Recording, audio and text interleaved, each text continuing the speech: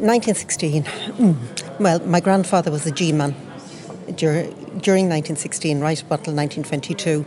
And all through my childhood, there was a photograph of the G-men taken in Dublin Castle in my grandmother's kitchen, later our family home. And so I always knew he was a G-man, but it was only in recent years that I learned there were different branches of it, and he was part of the criminal branch. But during 1916, we found a certificate at home that he was awarded in very good condition. And he also got, I discovered from Jim Herlihy's book on the DMP, that he got a fiver for his troubles, which would have amounted to more than a year's salary.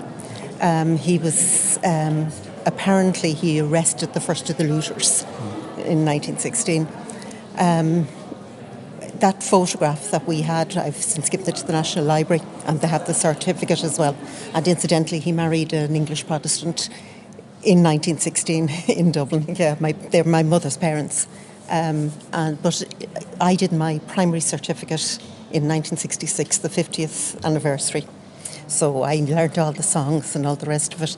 And but my father was in the Guards, and he was the detective in charge of the case with them when Nelson's Pillar was blown up. And we have a photograph of him and his squad with Nelson's head. I've always loved history, and I taught history for 30 odd years. But my mother always told us stories about our family, but in particular about her cousin, who was shot dead in 1922 by the Free State troops. And his father was also a G-man. He was an inspector in the G-men.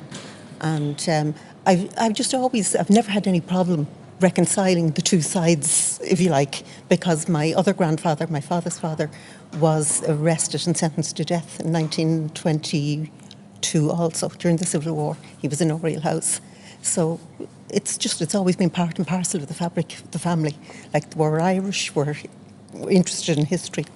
I'm really interested in it from a historical point of view, and the research, and just how it affects ordinary families. And I'm also interested in the perspective of women in 1916, because my grandmother had come to Ireland in 1916, and family lore has it that she spoke to James Connolly. Her shop, she had a shop in Lord Edward Street, and she was outside her shop. She stayed with Reeds, the cutlers in Parliament Street, who were also Protestants during the Rising. But she saw James Connolly, and she was crying when she saw him, and apparently he said to her not to cry for him but to cry for Ireland. So I think it's much more concentrated on the ordinary people, like Joe Duffy's book on the children of the Rising. And I think people are also freer. Like, I don't think I would have talked about both sides of my family in 1966, even though, and I was very nationalistic as a child. You know, I loved all the stories, the heroes, I knew the lot. Sean McDermott was my hero as a child. I still have the copy. We were all given a book in school in 1966 called Irecht.